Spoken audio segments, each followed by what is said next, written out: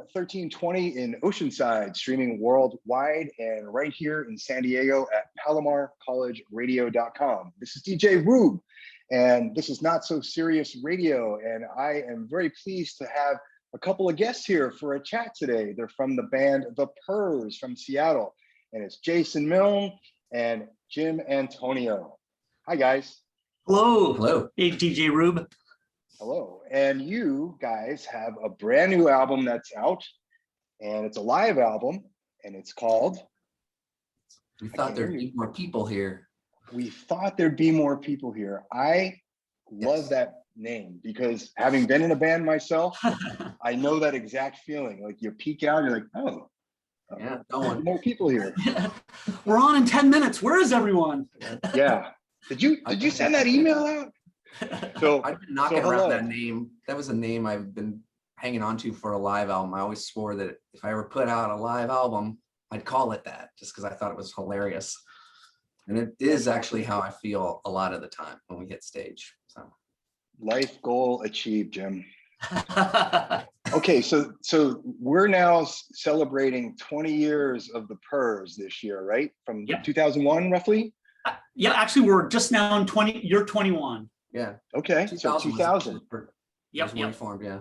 Yeah, and you put out lots of albums and EPs along the years, and last year you had a lot of different plans for how your year was going to go, like many of us. So why don't we start there, please? Okay. So we were in the middle of demoing for a new record.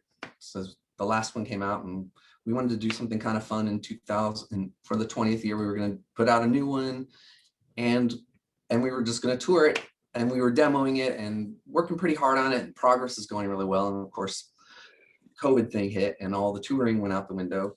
Well, we didn't have a tour booked yet, but we had shows planned. Essentially, we had studio time booked, ready to record the new album. We had been demoing the song, so the idea was we had some shows in Portland, Seattle, as our final group as a band to play out the songs live before we go in the studio and record them. And that was the shows were end of March, early April.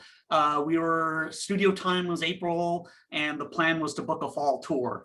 And so that February, March hit, COVID progressed, and it became very obvious very quickly that our shows were canceled, studio was canceled, and we weren't really sure what we were going to be doing for the year. Yeah, we weren't even able to really hang out together. Yeah, we had to stop rehearsing essentially. Yeah. So, and it's like a gut punch. Obviously, your life just stops, and everything about it has to change. And if you're like me, like my show had to stop because we weren't allowed on the campus, and I wallowed for about a month. Like, what do I do? I have no idea. So, like, you were wallowing, and what happened?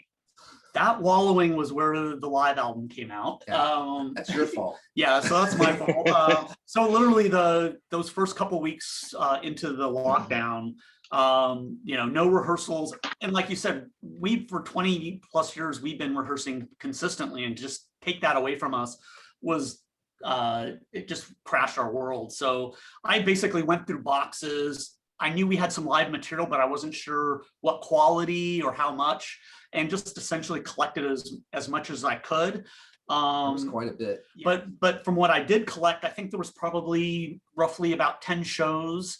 And I started to work with Johnny Sangster. He's a local musician and sound engineer. He runs Crackle and Pop Studios, and we worked with him a lot on our prior albums. He's fantastic. And so started to work with him, sharing the live material, and just tried to see, is the quality good enough? Is there something we could do to put out a live album? I'd say he pretty much made the call on what was good enough quality for him to work with. And so from that point out, it was letting him work through it to see how we can polish it off, work on the levels. Some shows it was just, say, 2 room mics. Some shows it was from a soundboard, and some shows, from the soundboard, we had tracks from every instrument. So it was a huge variety depending on which show we were working with.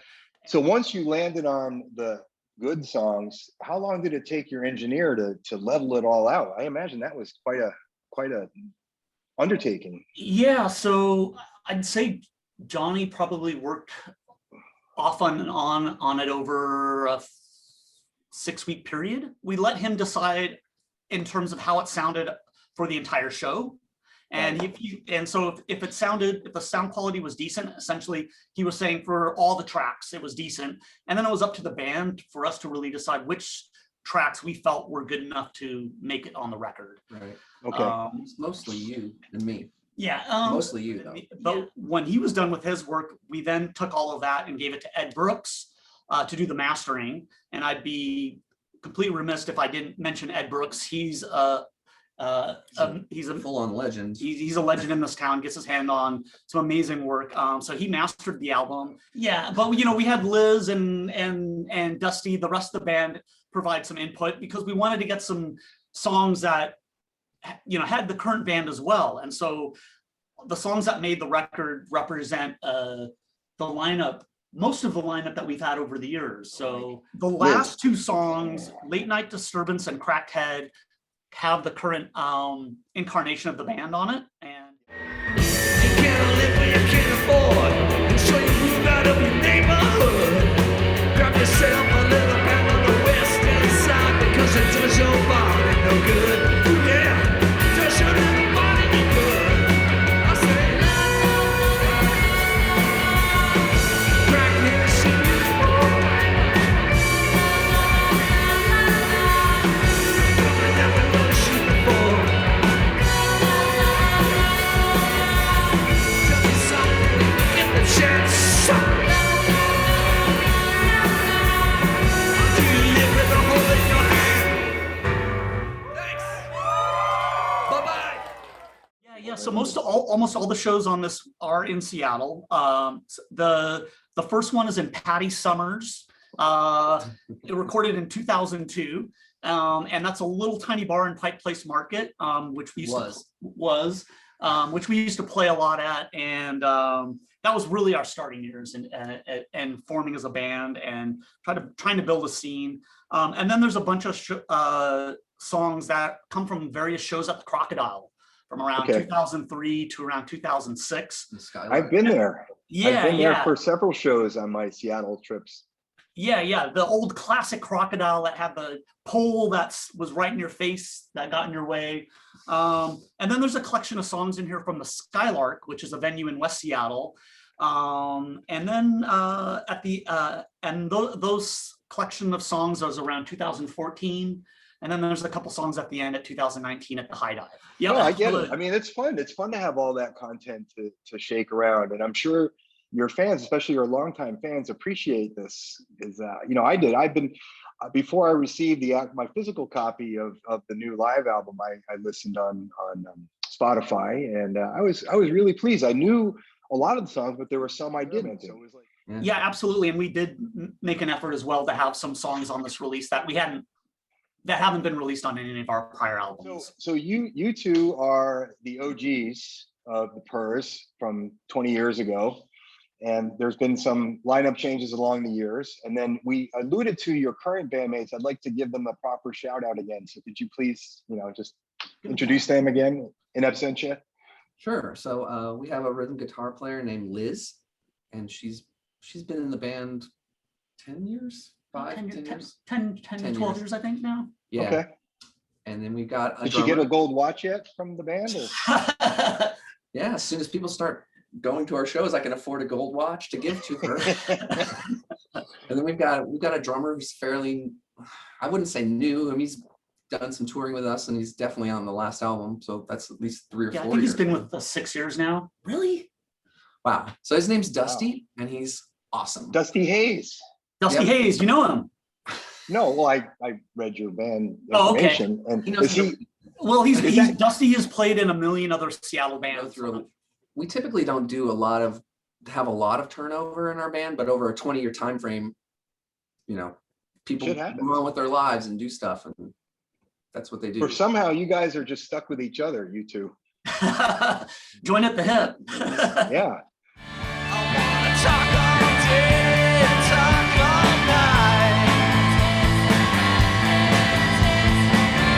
wanna talk until the temperature's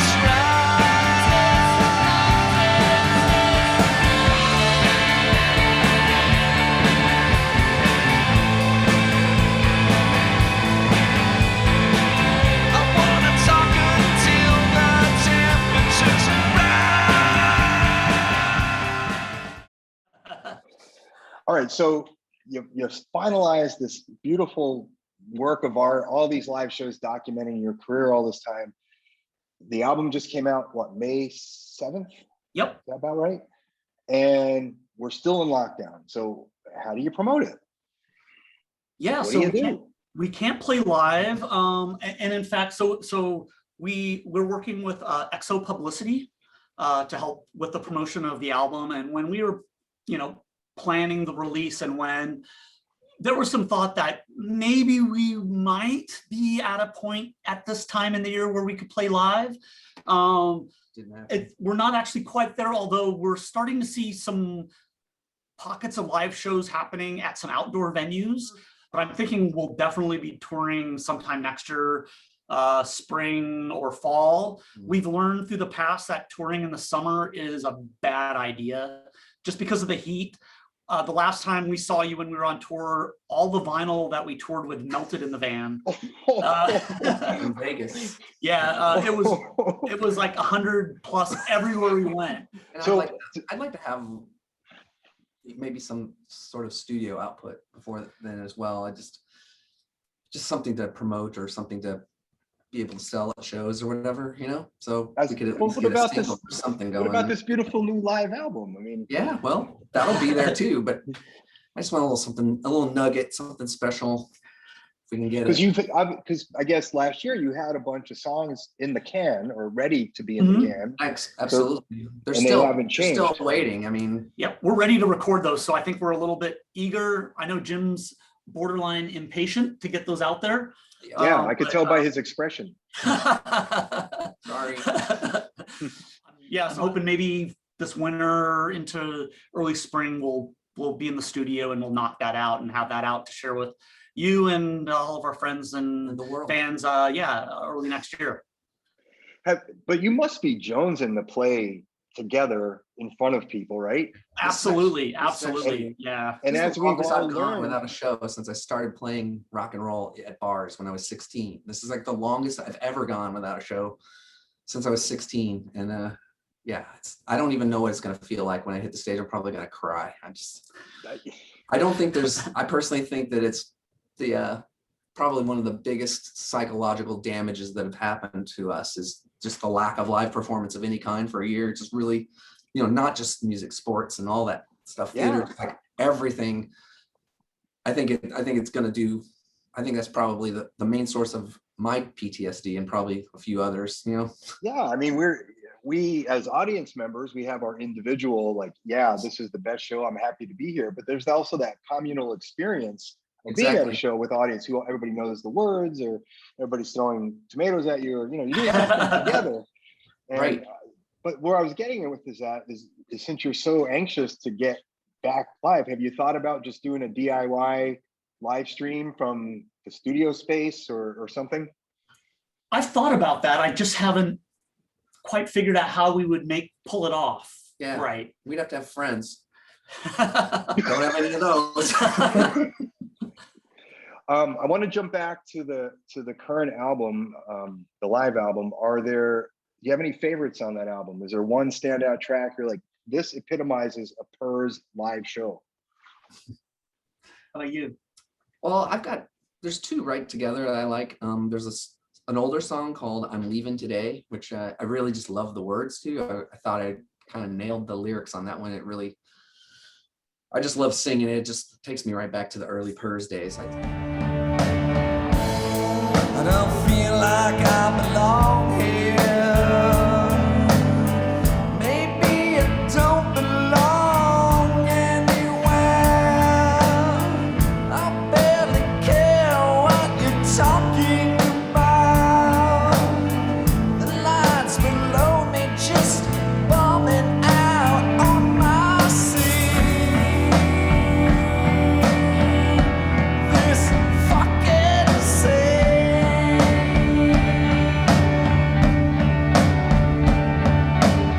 A lot of the songs are about being in a band.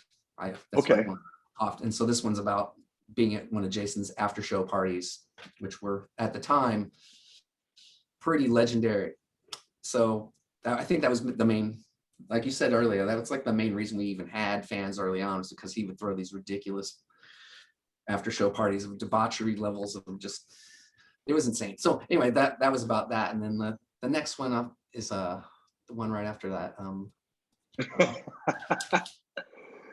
Let's consult the track list. Mild hit, Loose Talk. Oh yeah, so Loose Talk. So yeah, I really Loose like Talk that song. is probably, is that like your most popular single? It probably is. I mean, like we've licensed it to a couple TV shows and movies, and Wait, what? got good responses out of it. And so I think, and so like, and plus we hadn't played, when he brought that list to me, first of all, of the tracks, like we hadn't played that song live in probably 5 years, right? And so it was really great to just hear it again, because I was like, oh yeah, it's sort of like you open up a box somewhere and you find something you forgot that you loved, and there it is, and you fall in love with it all over again. I was like, oh man, this song is awesome. We totally need to bring this thing back. And so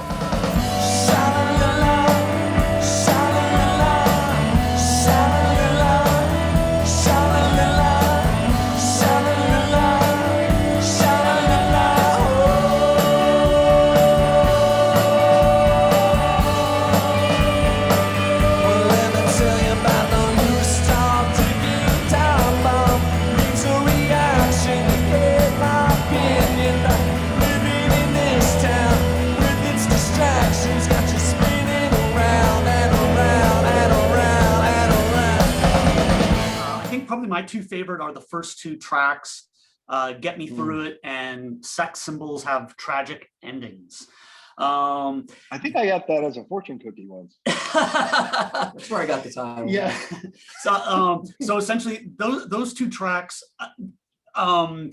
we stopped playing those very early on in our career. They were very kind of these droney, dirgy, druggy songs, and later our songs we started to I think try to develop the hooks a little bit more rather than letting it slow burn. Yeah, but it's a great snapshot of what we were like when we initially started, because that is absolutely what we were like.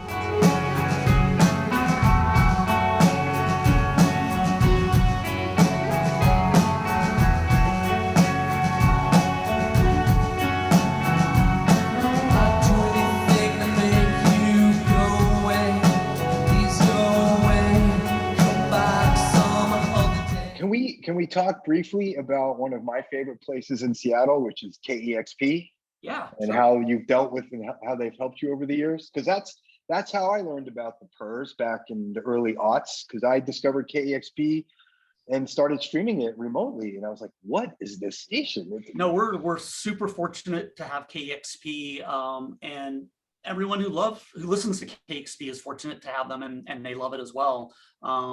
Yeah, when we put out our first LP, back in 2005, KEXP picked it up and they championed it, and that pretty much made it.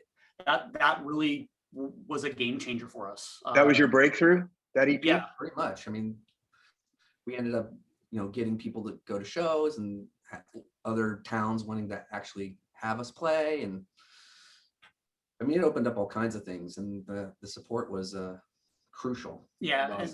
All right, so let me jump back to something you said earlier. You were talking about having one of your tracks licensed for TV. So can you talk a little bit about that? Oh, yeah. Remind us of the track, and then where it was used. Okay, so it was the song "Loose Talk," which I'd mentioned a bit ago. Mm-hmm. The first time it got used in something, it was a television show called Californication. It's an old cable show that was on like Showtime. Starred that guy from the X-Files, David Duchovny. David Duchovny was in that show. Okay. That's basically a show about a sex addict, and it was actually pretty good, the show.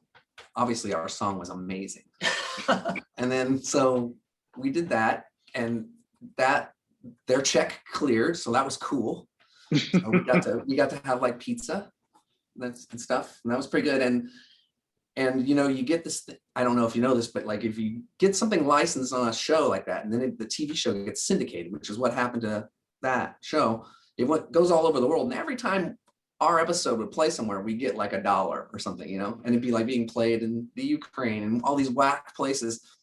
And so you get these like little reminder checks. Hey, that thing is still bouncing around out there in the ether, giving you like beer money or for like the day or whatever. And so that same song then got re-licensed by that Help Me Help You. It's a very short-lived sitcom starring that dude from Cheers. Tony Danza. No, not Tony Danza. Ted. Tony Danza wasn't in Cheers. Come on. Ted. Ted Danson. Yes. Oh. Anyway, what song was it? A different song where it got picked up by a movie. Baby, I Want You Back. Yeah, a song called Baby, I Want You Back, which is actually off of the Muse record, right? Oh, okay. And that song got picked up for a movie called Girl Fight, which is this like Lifetime channel film about girls fighting in high school. We could post it online. Girl fights get tons of hits. You beat up my daughter. You think I'm gonna let you get away with it? Girl Fight premieres Monday at 9 on Lifetime. Ever see the movie? I Really? did. It was actually about a girl who gets ganged up on by a group of other girls. Bullying. Yeah. Yeah.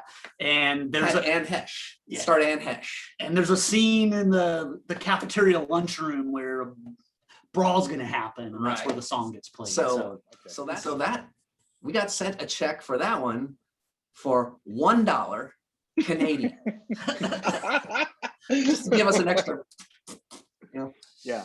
And I don't know if that check cleared because I actually put it on our wall of shame. Like I never cashed it. I still have it. Yeah, so I still got mine because I mean it's like a $1 check. I just like it's so humiliating. It has to go on your wall of shame. I mean, it just has to. You know? I think that's perfect. Yeah. So I love it. Shout out to anybody, man. I'll just say a quick shout out to the other Purrs that have played in the band. Jennifer Campanelli, which was our original rhythm guitarist. Yeah. And then Sarah Becker. who was our rhythm guitarist after that. And she was great. She would Yep. get into fights all the time at bars. Girl fights?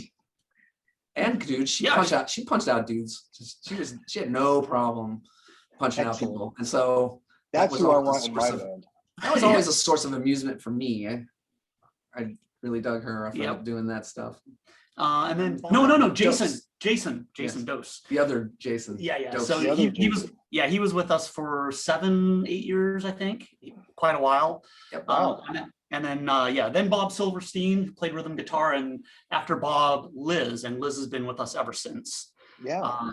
And then You Craig guys Keller. seem to attract them and retain them Yep. for long periods of time. And then Craig, our original drummer. Yep. And he was with us for about 15 years. And then Dusty has been with us for about the last 6 or so. Right. Dusty Hayes. Dusty Hayes. I'm going to be winding this one down here. So I'm really happy you guys made the time to talk to us about the Purrs and your new live album. We thought there'd be more people here. And that's available on all the streaming platforms. And We do sell merch on thepurrs.com. So t-shirts and vinyl or anything that we have is all available there for purchase. All right, Jim and Jason, thank you so much for your time. Thank you, guys are DJ from the Roob. Purrs. Check out everything Purrs related on social media, thepurrs.com, and also the streaming sites. Thanks again, guys. Thank you so much. We love you all. Peace and love.